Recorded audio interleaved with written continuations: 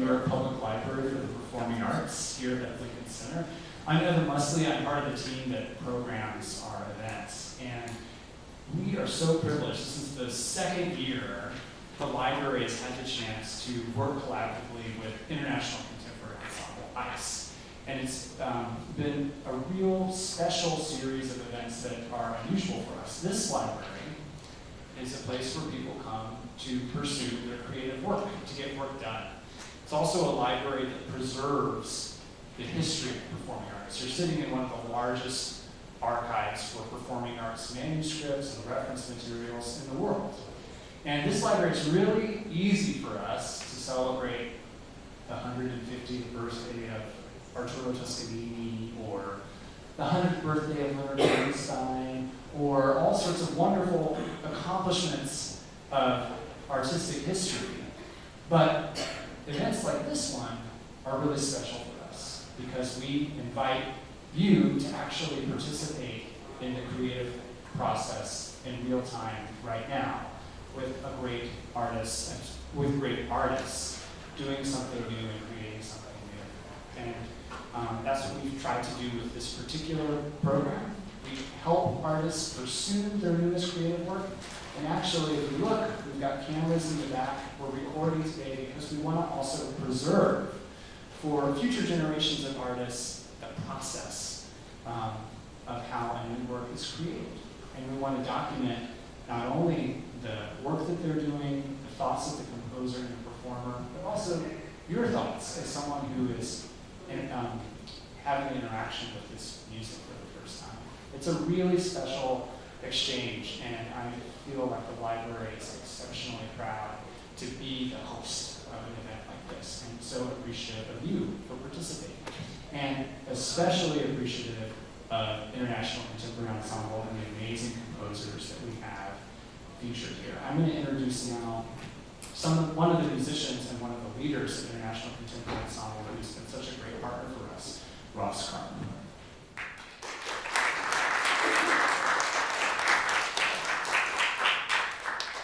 Thank you so much. This is the 5th event of our series at the New York Public Library. About a year ago, we welcomed to the stage Anna Thorvaldsdottir, who is an Icelandic composer. We've been working with her for about 4 years, and we've commissioned several works and premiered 13 or 14 of her pieces in the United States. And so we thought that would be a perfect test run for this idea of having an exchange with the composer and audience and performers on stage here at Bruno Walter Auditorium. And then after that, we celebrated the life and legacy of Pauline Oliveros last December. She passed away in November. And then we worked with Ashley Fury, who's a composer we've been creating a new opera with, which premiered a few weeks ago at Peak Performances in Montclair, New Jersey. And we demonstrated a few of the special discoveries, sonic discoveries that she has made over the last decade of research that she's been doing on this stage. And then at the end of the season, we welcomed Kaya Chernovin, who's a professor at Harvard and a composer we've worked with for many years, to present some of her works with Tony Arnold and members of ICE.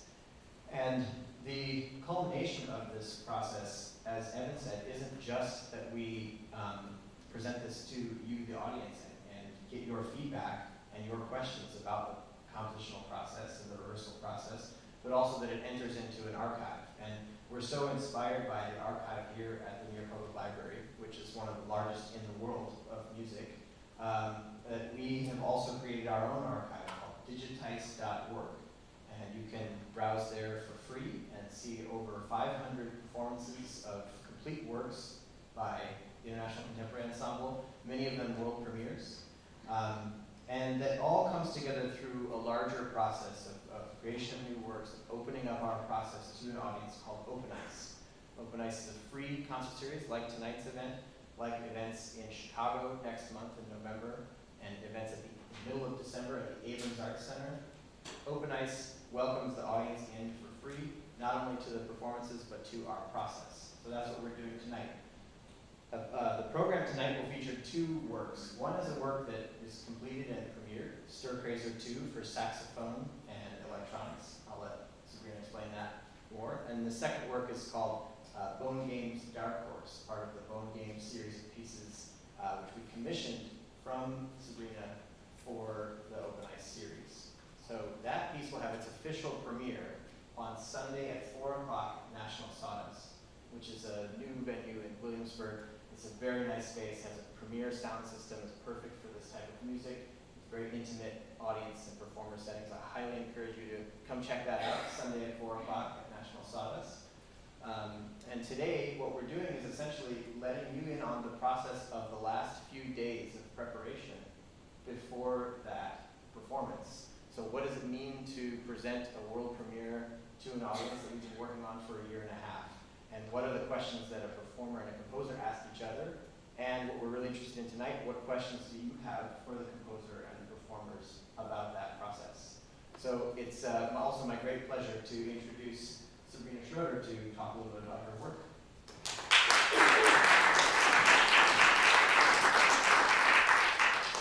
Thanks, Tom. It's really exciting to be here and to share some of this process that ICE and I have been working on this process for the past year and a half. The first piece that we're going to present is part of a series called Stir Crazer, which came out of a few things. First of all, I started working in series more often than not, starting a few years ago, in part because with each of these pieces, I was developing these different performance systems. So in this case, using systems of transducers as part of the performative force. And I felt like a lot of the exploration that went into that process was kind of a greater arc than I could fit into one piece. And so there ended up being these groups of pieces that kind of explore areas of sound and areas of kind of sound research that came together in various ways. So transducers are basically like extremely simple speakers that instead of projecting sound into the room, they're making physical vibration out of sound that you send to them. So in this case, I have two transducers, each positioned on a bass drum, through which I'm sending different sound waves in various patterns, and I'm able to manipulate those in different ways. And so the Stir Crazer series is a group of pieces that each explore that world in conversation with a different solo instrument. So this particular piece was actually first written for solo cello, with the cellist Sabrina, and I made a translation of this piece. It was the first time that I'd done a translation of a piece that originated for a different instrument. By just really working through the character of that sound world and translating it into, first of all, the world of bass clarinet, and then more recently into baritone saxophone. So Ryan Muncy will be joining me for Stir Crazer 2, and we will start off by performing that piece.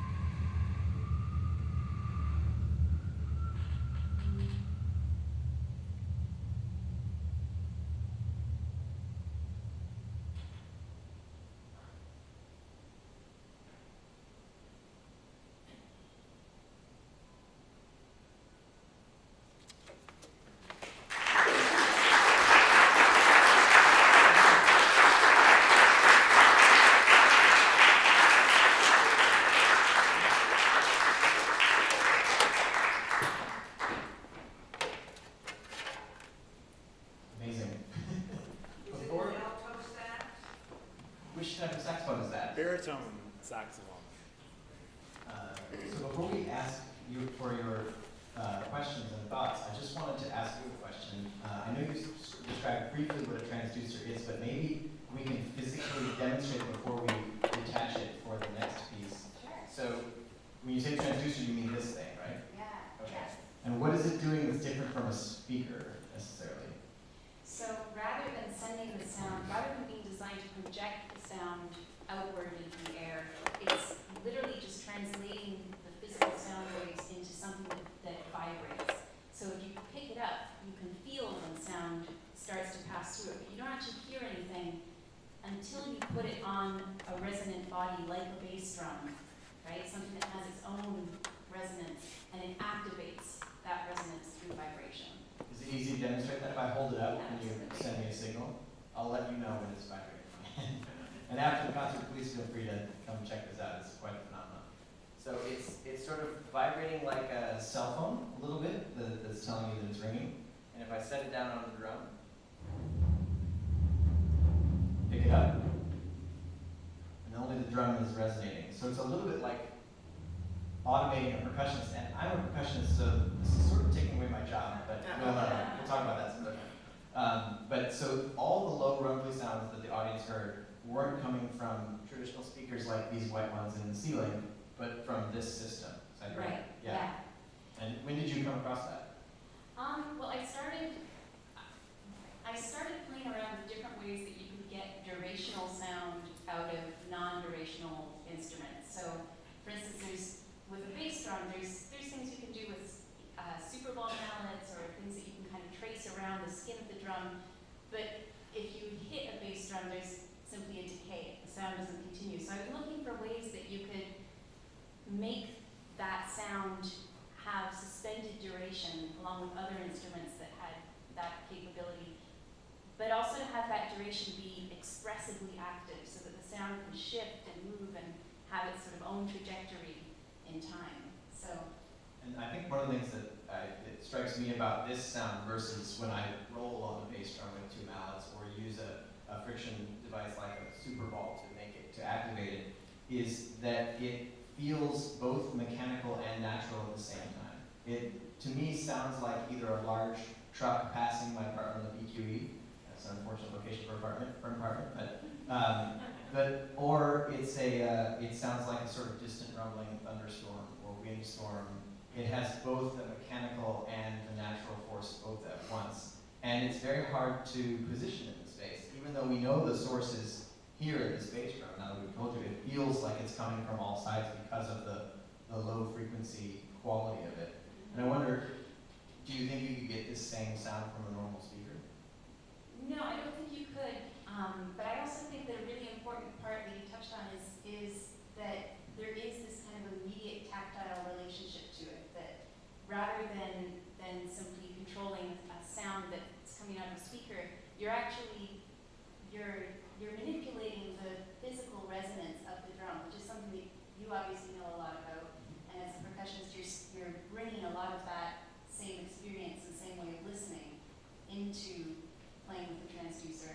And that it's also not limited to simply the ways that you can manipulate the sound wave at the desk or the controller that you have, but that you can also do a lot with physically manipulating the transducer. And that's sort of what you asked me to do in the next piece where I'll play percussion over stage left, is to be able to push the speaker down. Maybe we could demonstrate that as possible. Absolutely. So this is a hybrid of the automated percussion sound and then the really subtle sound world that I can create just by pushing down on the.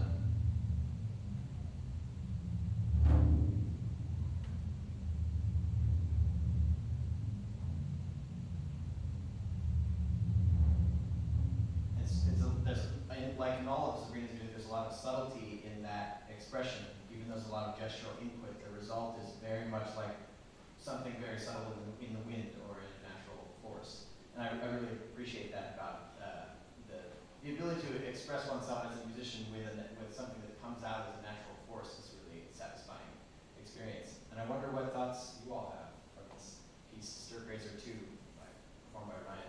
And while we're answering those questions, we'll welcome the rest of the performers to the stage for Bone Games, which will be presenting next. So are you sending impulses from your computer to the transducer? Is that what the laptop is for? Yeah, absolutely. And yeah, so one of the other things is that we're sort of presenting this in a kind of studio environment today. In a regular performance, I actually would have, first of all, I would not have my laptop open, but I would also be all the way in the back, not only because I can hear really well what's going on back there, but because I think there's a special thing that happens when you have one performer with their instrument and their body on stage, and then you have someone else with buttons and knobs. There's a kind of assumption of the hierarchy of control between those people that's charged. And so what I try to do in these solo pieces is keep the space for the solo performer on stage and have my role be completely invisible. Or the alternative that we'll see in this next piece where Ross is doing some work with this kind of similar instrument is that he's up there, and those controls, the impulses that are being sent, are really integrated into his full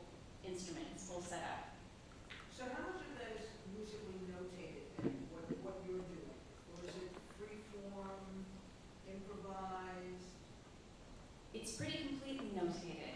Yeah, because basically what I have available to me are parameters that are not unlike the parameters of any other instrument that I would perform. I have, in a way, a kind of scale of frequency presets that have different levels of intensity. I can control those fluidly. I can dial them as you would with, fingers on a string. There's dynamic notation, the same as there would be in another kind of music. So yeah, it's pretty fully notated, actually. Is there any pitch that you're sending? Because what was strange for me was at the beginning, it kind of sounded as though you were actually sending a recording of what he was playing. Uh-huh. It was so close. Yeah. So there is pitch material, and we'll actually hear some more of that in this as well, but I can send all kinds of different sound waves, some of which are more and some less pitch. And also within the pitch spectrum, there's a huge range whereby if I go low enough, we get into that kind of subsonic territory where we actually start hearing more iterative impulses. Like when you slow down a sound wave, you start hearing its kind of ribbing more than its pitch. And so, yeah, there's places where specific pitches are called for, and those are dialed in, and then there's places where a pitch is used as kind of the sound source, but then it's manipulated in a different way. Now that you translated this for 3 different instruments, do you have a favorite version? I honestly don't, and that's the truth. I think that each version kind of offers its own different body of richness. Like when I initially approached the translation, it was important to me not to get hung up on, how to make the saxophone make this exact same sound as the cello. Obviously, a lot of the sound world is very grain-oriented, very organic, and so it has to be something that kind of creates a similar kind of energy on that instrument. So a lot of the material is quite different, but it moves through time in a similar way. And so it's something that I really enjoy about the differences between them are just how the different ways that you can kind of move those energetic forces with not always with the same exact type of sound. Can I make a comment about that? Yeah. For me, the biggest challenge of doing the saxophone version of this piece is that, for the cello, you don't have to stop and breathe, right? So on the saxophone, she gives these long series of notes that are constantly shifting very quickly into different things like this. But I have to actually stop and breathe in between, every few of those probably. Sort of the clarinetist. So that's one maybe handicap of my instrument in this piece is that you don't get those super long, jagged strains of notes. But then again, you get a lot of visceral, sort of body action with all the breathing and air. Yeah. Yeah, and a lot of what we were working with today was sort of how to not fight that factor, but how to kind of re-embody the phrasing around that need for oxygen. So, yeah. When I was listening to the piece, I couldn't help but really being pleased with the idea of your original clarinet teacher going, I told you not to breathe in, or, Yeah, right. that's not what I taught you to do. A break. It's been really interesting to come to be playing, I don't know if it's called avant-garde or new music instead of what you might have been taught when you started playing instruments in elementary school or whatever. Can you tell us about a little bit of that, how you approach playing an entire instrument, not just music? Yeah, that's a great question, and I specialize in new music, as does my ensemble. So in a way, it's sort of second nature for me now to look at a score like this and understand that these sounds are not typical of how we learn to play our instruments in school and the conservatory. I will say back in, I would say my late 20s, there's definitely a bit of unlearning to be done. For instance, I did, looking way back to my undergrad, I used to do all of my scales and etudes on alto saxophone. So now when I have an alto saxophone in my hand, I have this sort of ingrained relationship to it that has to do with that very controlled classical playing. So for me to do a piece like this on baritone is actually much easier than for me to do a piece like this on alto. I have to really undo all of those relationships between the sound and the musicality of the instrument and the way I just grew up playing it. This type of piece on alto saxophone would be a lot more work. It would take a much different part of my brain than operating sax. Yeah. So all of the saxophones are a bit different. Tenor, I think of jazz when I think of tenor saxophone. So undoing that relationship, undoing the relationship of soprano saxophone to Kenny G is a thing. An important effort. Big effort. There's a question in the back as well. Yeah, so if everything was written out, you could repeat this pretty much exactly the way it was. Yeah, yeah. And part of the journey toward getting there, like, sort of what essentially amounts to kind of designing a new instrument. One of the things that was really important for me in that process was to start out as the performer myself. And so actually the first piece in this series is a solo piece that I performed that had 8 bass drums, and where I was able to explore all of that new uncertainty and fine-tune what were the variables that I had expressive control over, what were the things that were surprising, and to kind of sort out that language first before having to figure out how to then communicate that language to somebody else and to take that through notation. So the notating of that process probably started about a year after I began kind of exploring the instrument in that sound world. Is your background in a certain instrument, like a horn or piano? My background was in violin. I was a violinist. And do you still play? Not so often, no. This is where my performing happens now. You don't write anything for the violin for you to perform? Not for myself to perform, no, no. The closest I've gotten is I wrote a piece last year that incorporated these string drums. We see a little bit of these where I have strings pulled across various kinds of drums with cello bridges and they're bowed. And so I was able to bring a lot of my experience as a string player to designing that instrument. And so I went on a similar kind of journey of, yeah, there we go. This is the string drum. So you can see it's got the bridge of a double bass or cello. Yeah, that was a cello bridge. And then it's tensioning a guitar string. And it can be plucked. Well, you'll see some contextual use of that in the Yeah. So designing that instrument, I was writing for a group of players that included string players who I knew would be game to kind of take on this new instrument and translate a lot of their physical knowledge and muscle memory into this instrument. And one of the players had to have emergency surgery 3 days before the premiere. And so I ended up having to play part because there's not a whole lot of string drum professionals floating around. So that was a rare moment where I unwittingly put myself in that position. But Sabrina, yeah. why do you refer to this piece that Ryan performed as a solo, and how did you do that? That's a really good question. I think when I first started writing the piece, I imagined that there might be a way for the solo performer to actually both play and control the bass drums themselves.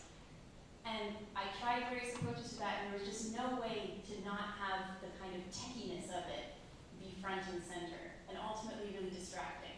And part of what's so beautiful to me about what these drums can do is that it is so subtle.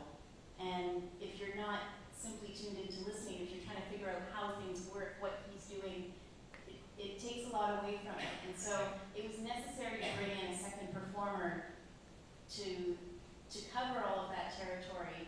But again, I found that having someone sitting here with knobs and faders brings in this really odd dimension to the relationship. And so that's why it's in the score, I have a note that for any venue in which it's possible, the person controlling the person performing the string drums, in reality it is a duo, in function it is a duo, but that person is hidden, and if they cannot be hidden, then there's different instructions that kind of talk about how to create communication so that it's clear that this person is not a sound engineer, or someone who's sending instructions or manipulating Ryan sound. Yeah. So for bone games, this in the series of bone games is called Dark Horse. Maybe give us an introduction to what Dark Horse is and why this title, if there's an easy story. There isn't an easy story, so I'll dodge that one maybe. No problem. It's part of the Bone Games series, which again is kind of in partly responding to the practical element of there being these kind of areas of research and exploration that I don't feel I can exhaust or want to exhaust in one piece. But also that I like the idea of having works that are somehow kind of in conversation with one another. And so in both cases, in the Stir Crazer series and the Bone Games series, those are pieces that I feel have some kind of ongoing conversation for me. Whether they're on the same program or not, most often they're not, and that's how they're sort of designed to live. But so this piece, has some of this transducer world integrated. There's also, you can see there's a lot more cables and pedals and things on the stage. That's another dimension that's brought into this world. There's the string drums, which normally we will also have a pair of string players here, who are both playing their regular instruments, but are also doing some playing on string drums. So I think part of what you'll experience is that all of these various forces are kind of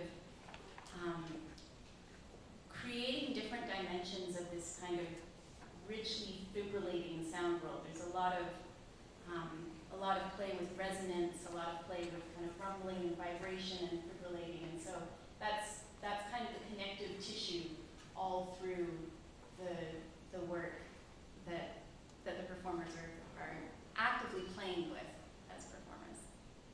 And one of the unique features of this piece, as opposed to the Stir Crazer series, is that, like you said, we're actively participating in the control of the electronic interfaces. In that case, the transducer, I have a local control over the sound, and also we're playing our instruments acoustically.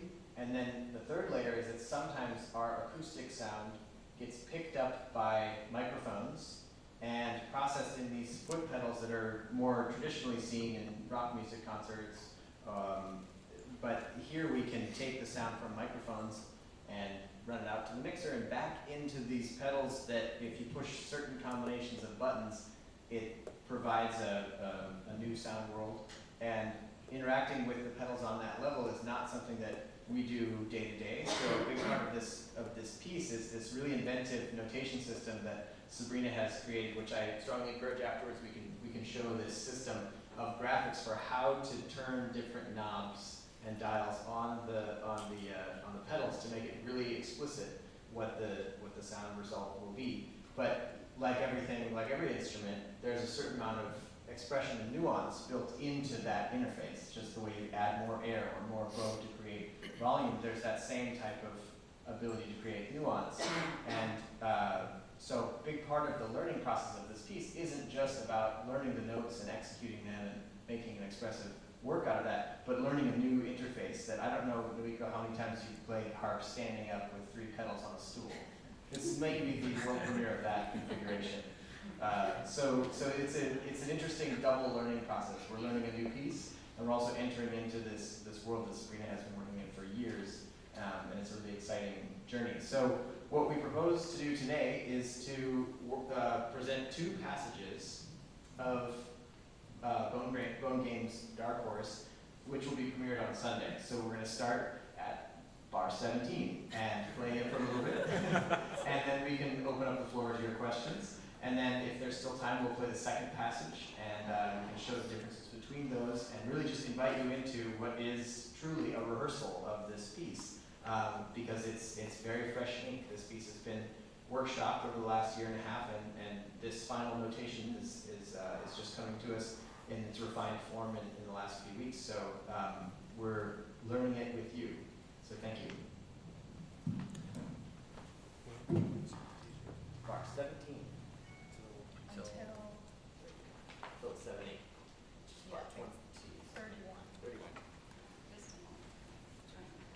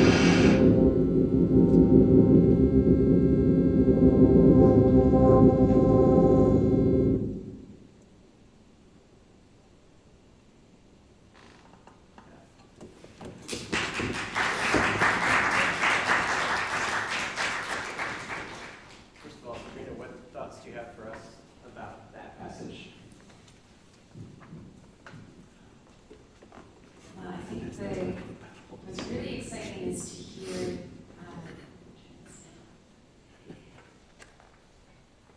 just to start to hear the balance in the layers. One of the things that's the most challenging about working with this kind of material is to figure out how all of the layering works in real space.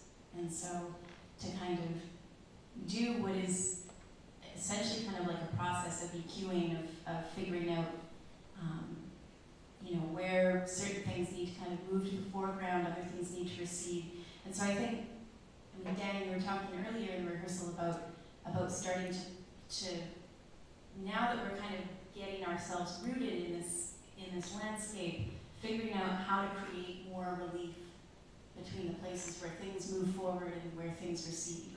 So I think that's kind of like our next layer in a way. And one of the ways that we might be able to try that or rehearse that, I think, is to think about what's labeled bar 21 in the score. And we've built up a kind of layered system of trundling there. And then it jumps from, in the notation, it jumps from this thing that's labeled 1 minute, which means that we're active in a state of communication, sonic communication for a minute. And then it moves into what's somewhat more conventional, a 5/8 meter, which means that we're thinking to ourselves 1, 2, 3, 4, 5, 1, 2, 3, 4, 5.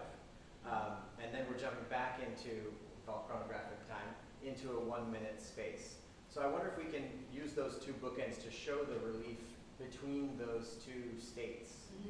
So starting somewhere in bar 21, here we go, and moving through to bar 24. It strikes me that something that could help us is, especially because the 5/8 section is really in its own time space, for the approximately 1 minute sections to not feel rushed at all, to have as maybe err on the side of at least 1 minute, so that it really feels like there's a static space, and then it moves, and then it comes back to a static space. Do you mind if we try that Sure. this time? So at the beginning of 21. Hang on, let me get my.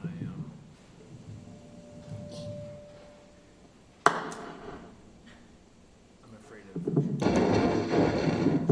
Okay. Hang on.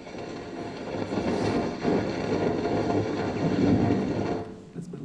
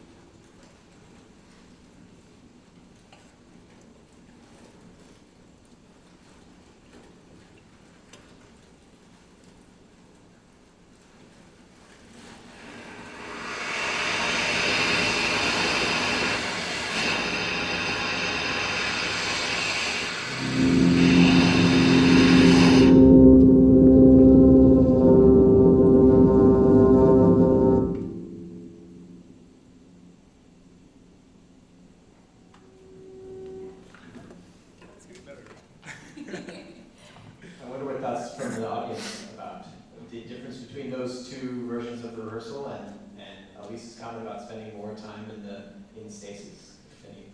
Yes, please, in the back. I That was in 5/8? There were 2 bars in 5/8.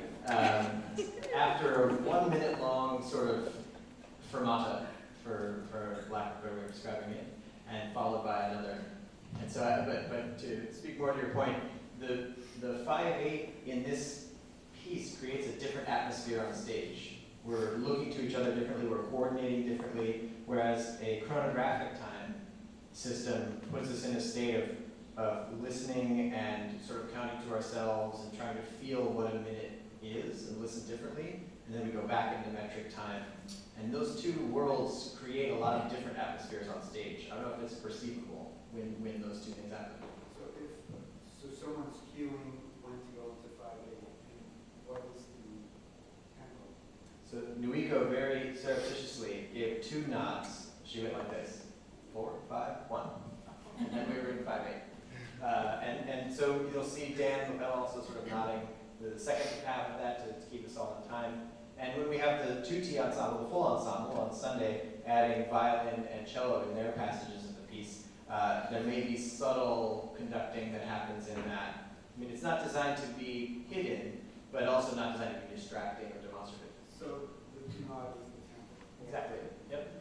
But that's a really interesting question because we actually, I mean, just earlier I was asking Sabrina about a bar in this piece that happens to be in 5/4. And then I have 2 events in that bar that don't have specific rhythms. So it's sort of, we're inhabiting a space that's an energetic space as well as continuing to listen and sort of engage with cues and events as they happen. And who's in 5/8? Who is playing with the 5/8? Everybody? Okay, so there's eye contact too as far as... Yeah, but it really does inhabit a more energetic space, Yeah, like it's Ross a was saying. floated 5/8, where it's cued, okay, we're 5 right now. Exactly. Yeah, exactly. And also the sections of the piece that are in these kind of fermati spaces where there's a bracket of time that's given, those are all also full of cues to everyone in the ensemble for specific things to listen to mark their place. So at every transition point, there's a mark in the score saying who leads the next transition, whether they're leading that by a cue or whether they're leading that by a sonic event that's audible. So it might say, you know, the Super Bowl strike of the harp is one cue that everybody's aware of. Dan's nod is another thing. And so all of that is kind of integrated, both for the practical purposes of everyone kind of navigating time together, but also because I like to kind of activate this relationship between the performers in different ways. So there isn't one person always in charge, or there isn't one person going, okay, you know, there's this kind of governing sense of time, so that there's always this kind of activated communication throughout the fabric of the group. And I think there's kind of a special dynamic in that. So if there were different performers, do you think that it would be much different? Like you mix it up, but different performers do things. I would say that the difference would be similar to if you had two people playing the same Beethoven sonata, that you have people bringing a different energy, a different touch, a different kind of sound quality, but they would be playing the same material. They'd be playing the same points in time. How that would be kind of interpreted as a group would have its own feel to it, but it would be the same material. Yeah. Because traditionally there would be a conductor that would kind of make everybody on the same wavelength of thinking about it. So when they're doing it here, there's a little, I guess, there's a lot of individuality and a little bit of communication, rather than the other way around. Yeah, absolutely. And there's places where the cueing within the group is simply people responding to a specific instruction of do this for this much time and then cue the next transition. But because there's also materials in the piece that kind of have their own internal time, like Ross, for instance, has this technique with a cymbal where he drags a cymbal across a strip of sandpaper on the bass drum and then lowers that cymbal onto a snare drum. And the actively resonant time that takes is going to be a little bit different with each snare drum, a little bit different in each space. And so the score is written in that section so that Ross is really leading the time of that section because he's responding to the physical properties of this particular sound. I think it might also be important to mention that we are all playing off of score. We don't have individual parts. We could, Sabrina made them for us, but we're choosing to play off of score so we can visually see what we're also hearing as events. Yeah, I think we didn't mention that. That's kind of important in this case. Yeah. When Sure. you created the sounds, did you work with the individual person with the instrument, or you would experiment on the instrument? Mostly the former, a little bit of both. Yeah, with each of these instruments, I've been able to spend a lot of time either with these wonderful people here on stage and or with other people who play those instruments. And it's actually really fascinating when you get to work, for instance, with a number of different clarinetists and play with the sound of record static, record pops, right? Everybody has a slightly different way of interpreting that. And so you kind of develop a kind of palette of different possibilities through that process. So definitely the kind of research going into the piece is a lot of interactive, collaborative time spent on kind of developing this sound language. What are those two instruments in the back? And are they customized or? Yes. Well, this is a bass clarinet, and it sounds an octave lower than the soprano B-flat clarinet, which it just sounds an octave lower than the standard B-flat soprano. And this is a bass flute. It sounds an octave below the flute that you might typically hear in an orchestra. I also have a limited passage in this piece. This tiny thing, which may be more familiar, which is a piccolo flute, which sounds an octave higher. So we're exploring the extremes for sure. And both those instruments have a microphone that passes through not their own pedals because they don't have them, but through the pedals that Ryan is controlling and Nuiko is controlling. So passing the roles and responsibilities, instead of having one maestro conducting everything, there's not only that allows for passing roles and responsibilities, but also how the sound is filtered and diffused through these speakers on the stage passes through Nuiko and Ryan's stations of guitar pedals. Okay, so since they're not wired up, could we hear what they sound like? Acoustically? Yes. So, yeah, absolutely. Want to demo a bass clarinet without processing?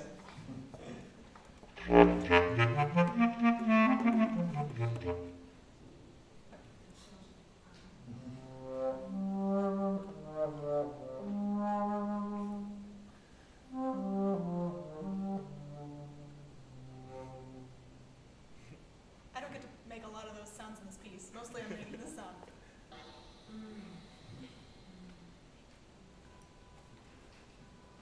Yes, please. One question, as a musician, some performance, what is your feeling with this new kind of sounds? I don't know, what is your sensation about these vibrations? For me, excuse me, a lot of these sounds take an extreme amount of air. It actually takes a lot more air to make an air sound on this instrument than it does to make just a normal tone as it's built to make. So for me, playing this music is very visceral. It's very active in the breathing and the pushing. It takes a lot of the sort of core musculature of the body to control those things and to not make the instrument squawk. The previous piece I played was like that as well. So that's one challenge. And for me, and I don't know about you, Miko, but you probably see me in some moments like with a panic look in my eye, and in that moment I'm thinking, oh goodness, I don't know if I remember exactly what I'm supposed to do with the pedals next, right?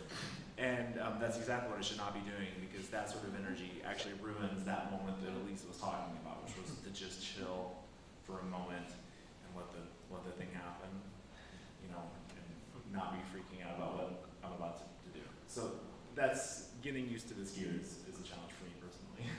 I don't know if you guys have it. think, I mean, obviously, probably for the instruments on stage, it's most common for guitar players to use this type of technology. But the way that we're using it in this piece is a little different in that typically in a sort of a pop context, you would put a certain sound on for a passage of a piece, maybe the chorus or the verse of a song or something like that, and it would stay that way. In a lot of contemporary music contexts, it's very localized, so the pedals will be used very briefly. And now, in this particular piece, actually, there's much more playing and a performative aspect of the pedals themselves than there is actually on the instrument. So in that way, I think it's a real challenge to the ears. Like, I feel like I'm actually playing with my ears more to try to sort of hear what's the nature. I mean, here's the core sound that my instrument is making, which actually is coming through a loop pedal. And throughout the piece, we modulate a little bit with, that's called a tremolo pedal. You hear this? And then I can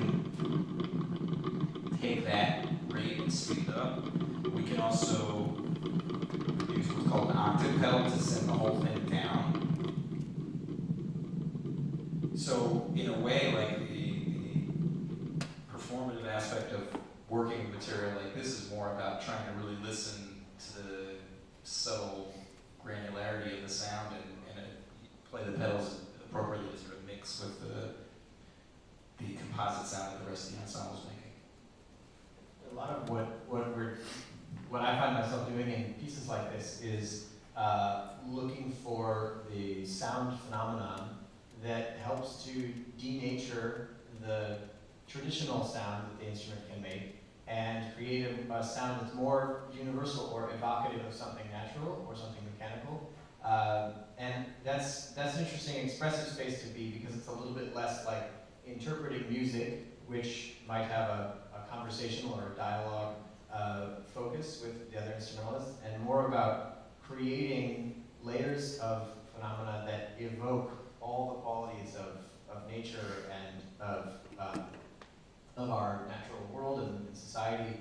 And I think that's, in a way, it has more expressive power and potential because it's more readily available to us as we walk around in the city or in nature, those sounds. So to be able to evoke that with the instruments on stage is a very, I don't know, it's a privilege. And it feels very nice to be able to play with these instruments and achieve that result. And sometimes we're only striving to achieve that result, and so that creates its own tension. So it's very different from, let's say, playing a drum, because I actually don't ever hit either of these drums. But it still feels like exploring a richness that these instruments can create. I think you asked a really the right question. What is the sensation? And it alludes to your comment about what our teachers would think, if they were sitting in this audience right now. Because we all come to this music because we enjoy new sensations. And like Ryan was saying, a lot of them happen in our bodies, but also a lot of them are happening in our minds. Because right now we have this thing, I don't know if you can see this.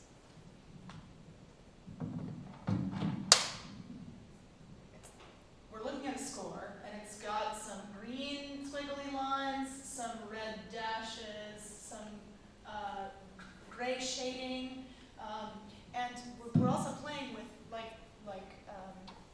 Dan was demonstrating, some new sounds. Dan hits one of those pedal things, and some sound is going to come out, and I'm not sure which one that is. So the heightened level of awareness that this is taking all the time, not only visually and also communicatively, but also just heightened awareness and listening and learning on the spot. Like, oh, that's the sound that's going to happen when I look down here.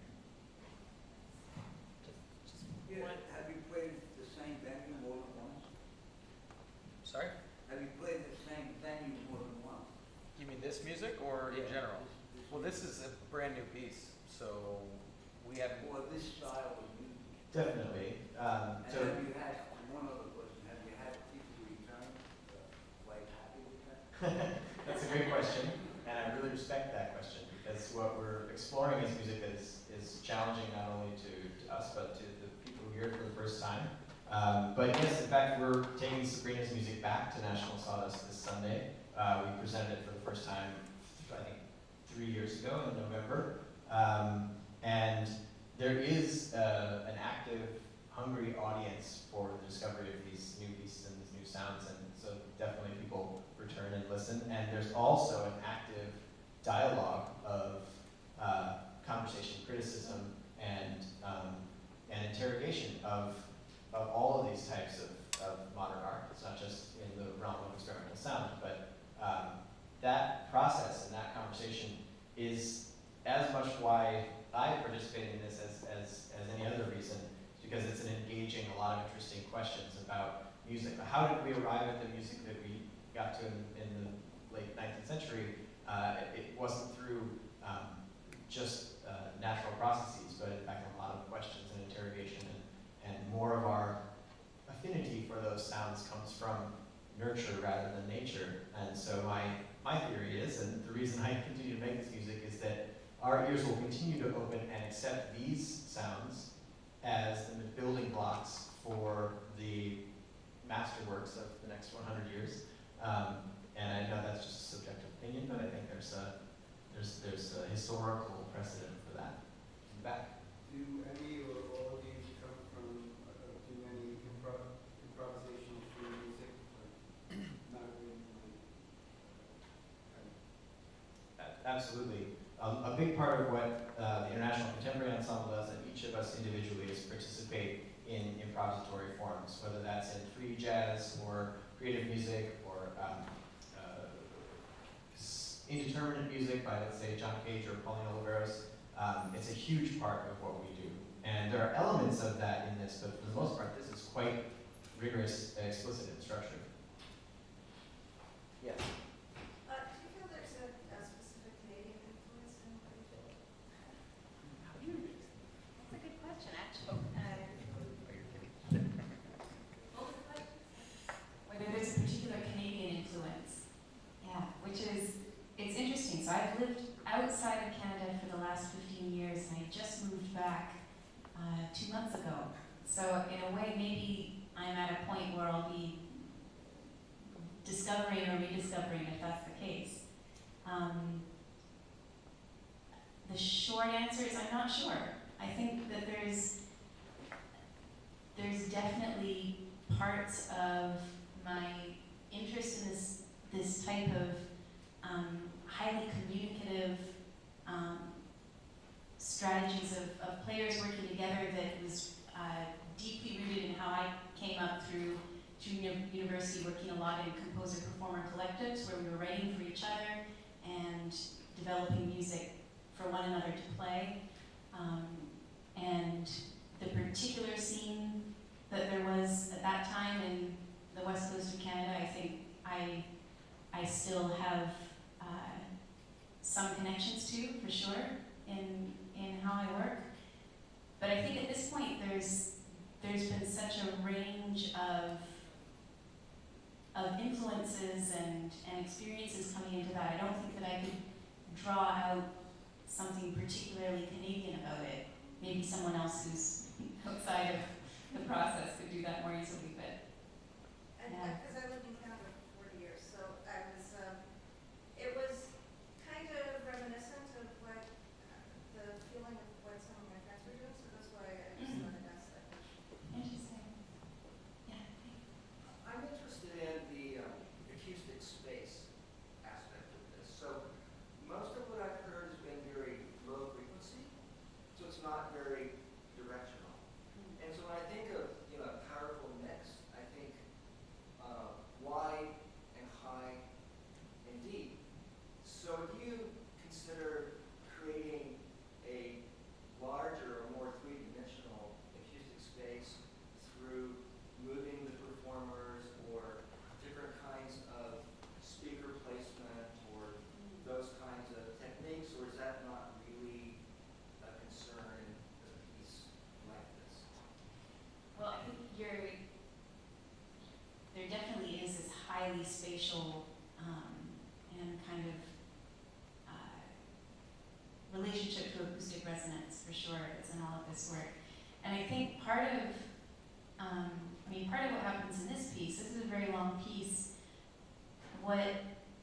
Something that I appreciate is when you do kind of focus the sound world into a particular area of, as you say, kind of low frequency, amorphic kind of resonance, that it does make those places where, for instance, you know, when Elise comes in with these high whistle tones, or there's suddenly the architecture of an attack that everybody locks into together, it makes those moments charge in a way that they wouldn't otherwise be.